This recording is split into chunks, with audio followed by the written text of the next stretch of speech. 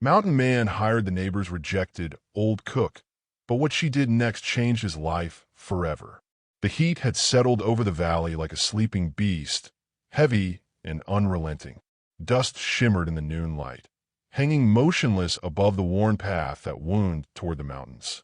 At the edge of that lonely trail stood a cabin, rough, practical, and silent. The kind of place that seemed to breathe with its owner's solitude. Inside, a man moved like someone used to talking only to himself. Elias Boone, 35, broad-shouldered and sunburned, wiped his hands on his trousers after stacking the last of the wood by the door.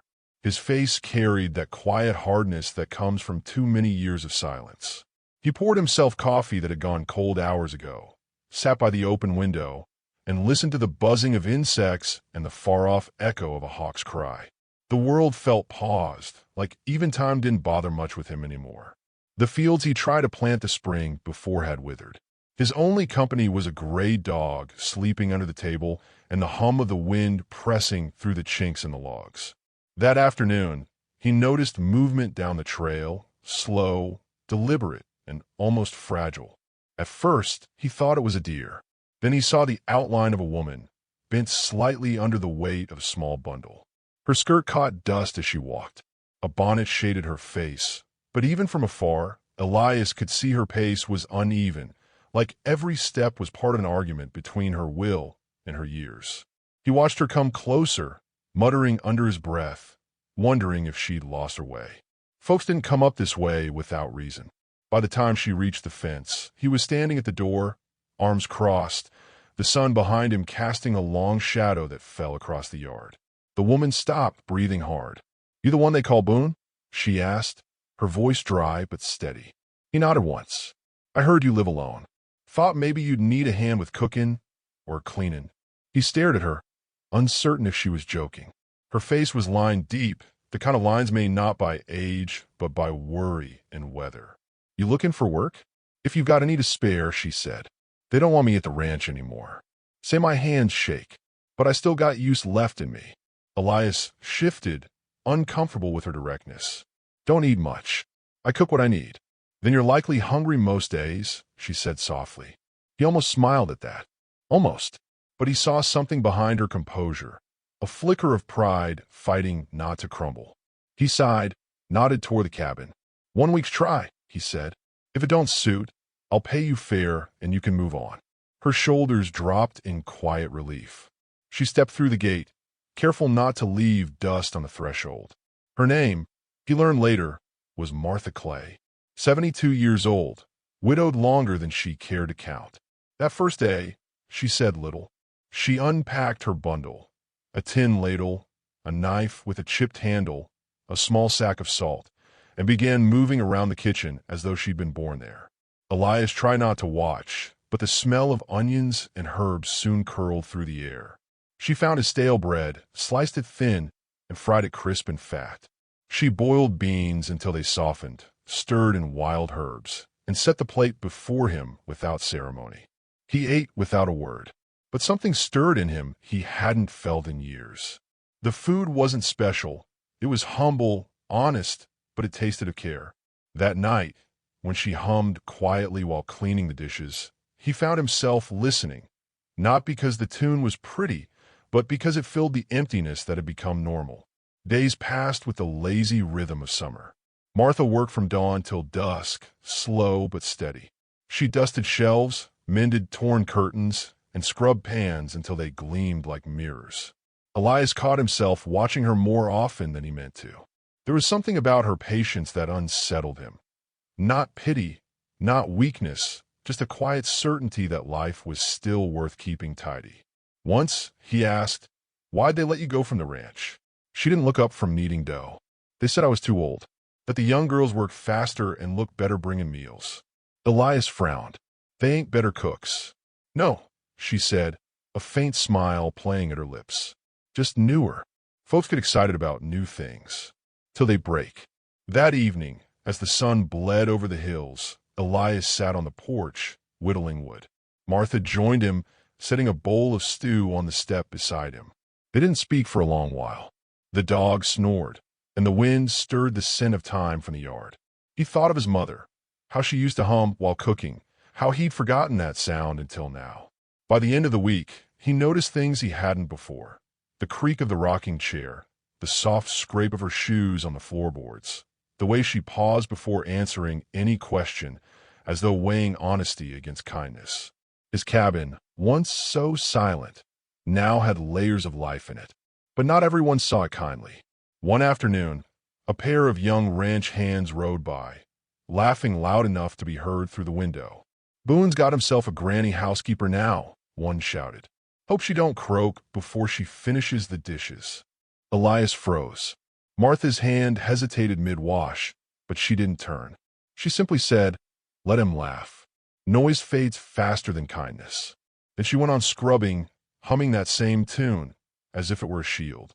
That night, Elias couldn't sleep. He sat by the fire and thought about how the world discards people once they slow down. He realized he'd been no different. How many times had he judged someone for being what he feared? Weak, old, alone.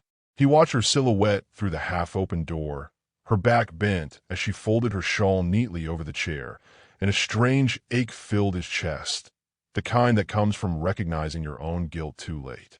A week turned to two. The rhythm between them deepened into something unspoken.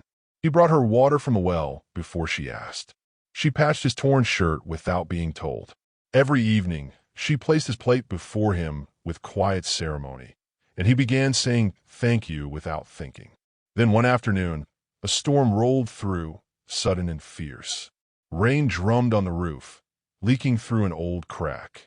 Martha climbed onto a chair to patch it, and the chair leg snapped beneath her.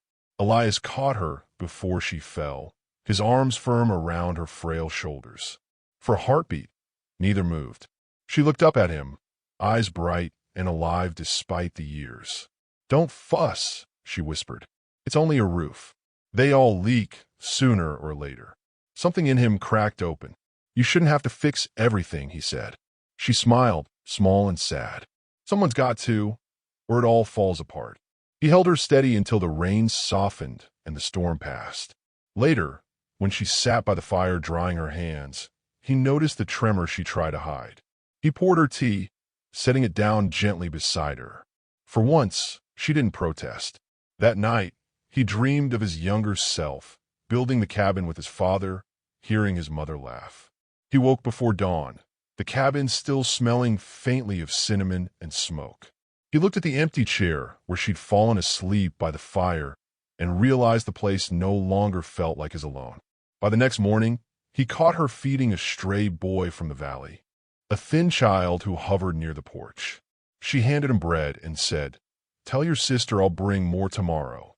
Elias said nothing, only watched as the boy ran off clutching the loaf like a treasure.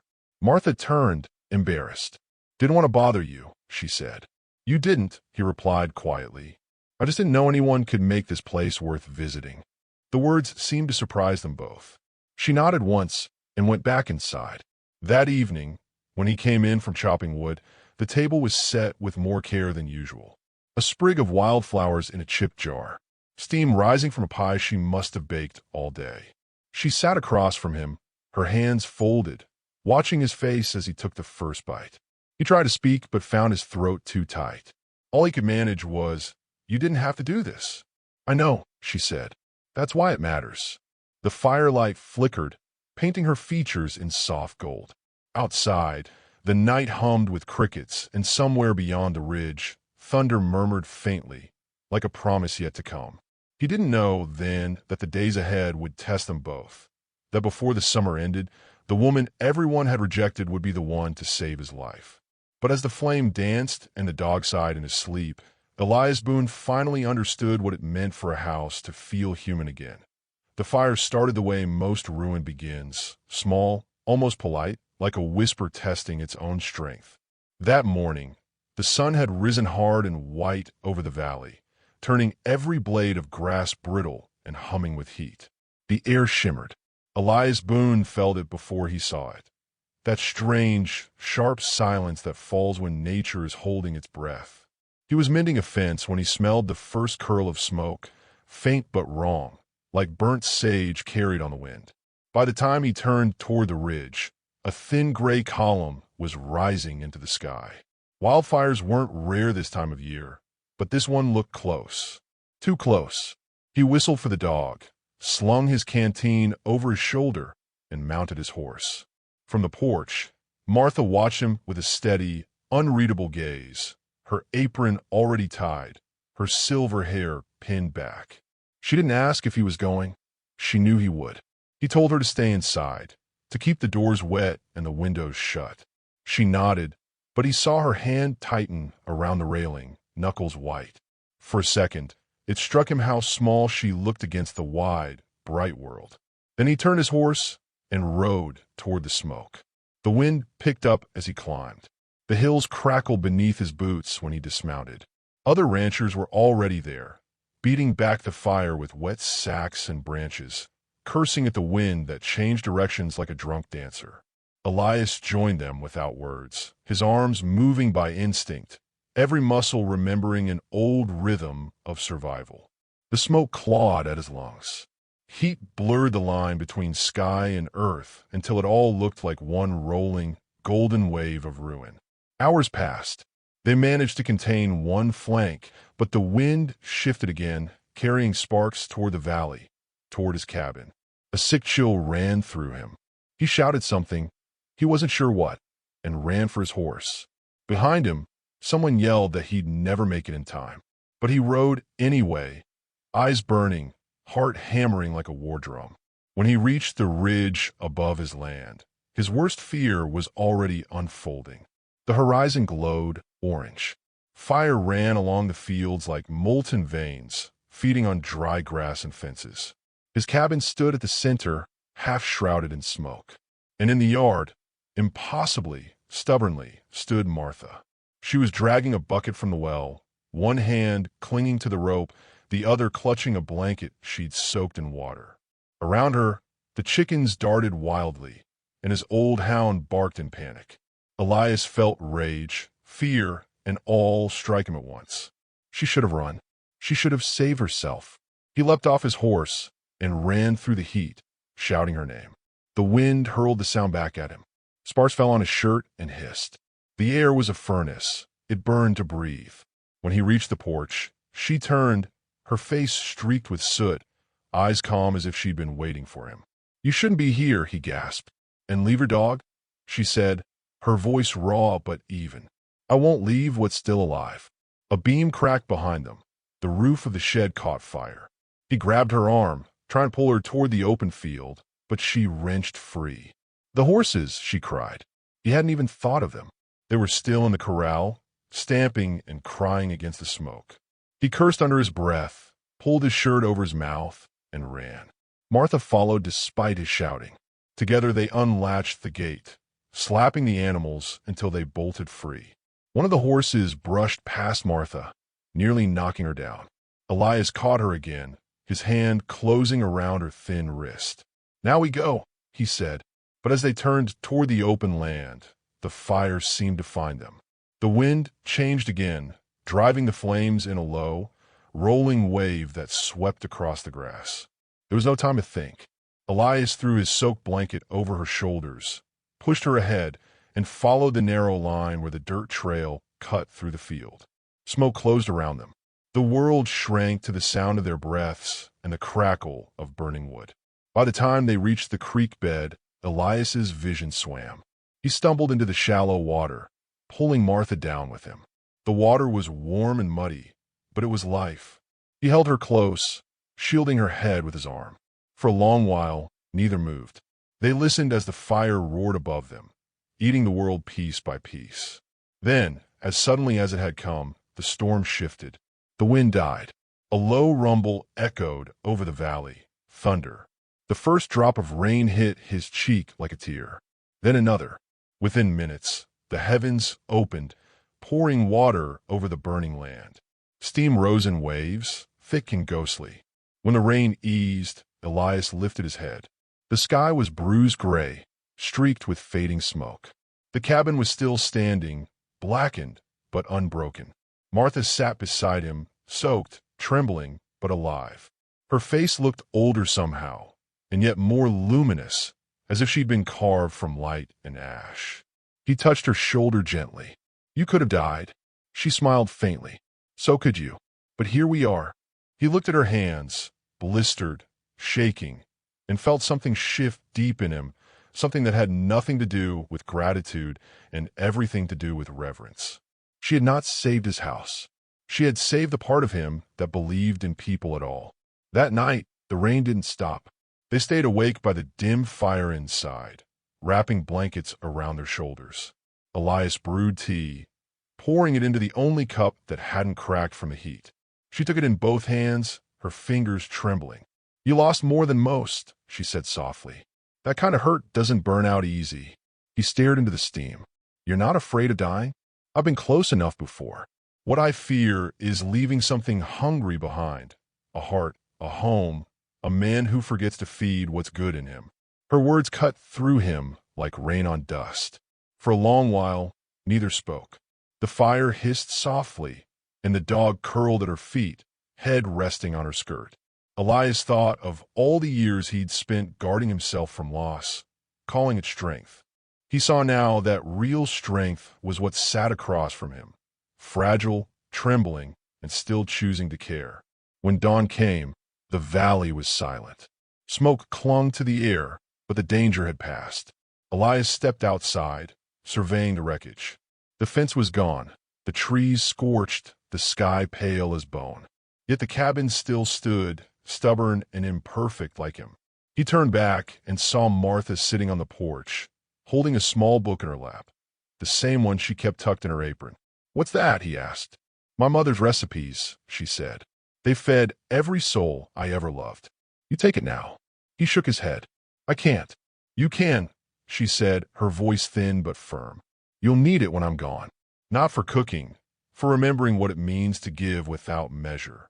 He didn't realize he was crying until her fingers brushed his cheek, rough and gentle at once. She smiled. "You're ready now." Later that morning, she insisted on tending to the yard, gathering the half-burnt herbs, salvaging what she could. He let her, though something in him knew she was fading. The fire had taken more from her than she let on. By sunset, she was sitting quietly on the porch again, looking out over the valley, her shawl pulled close. The world glowed gold and calm, the kind of peace that comes after near ruin. Elias sat beside her, saying nothing. "I used to think my life ended when they sent me away from that ranch," she said softly. "But maybe it was just waiting to begin, here, with someone who still needed feeding." He opened his mouth to answer, but she lifted a hand, silencing him. "Promise me one thing," she whispered. "When folks come by hungry or lost, don't turn them away. Feed them, even if all you've got is crumbs." He nodded, unable to speak. The sun dipped below the horizon. The air was warm again, but gentler now, the kind of warmth that forgives. When he looked toward her, she'd closed her eyes, her breathing shallow but peaceful. The dog stirred, pressing close to her feet. Elias sat still, the light fading around them, the sound of the creek murmuring faintly in the distance. By the time the first stars appeared, the valley smelled of wet earth and ash, and the faint sweetness of bread cooling on the table inside. The last meal she'd baked before the fire came. He rose, stepped inside, and found the book she'd left open on the counter. On the final page, written in her uneven hand, were 6 words that felt like a benediction. "Feed others, and you'll never starve." Elias closed the book and looked toward the mountains, where smoke still drifted like ghosts.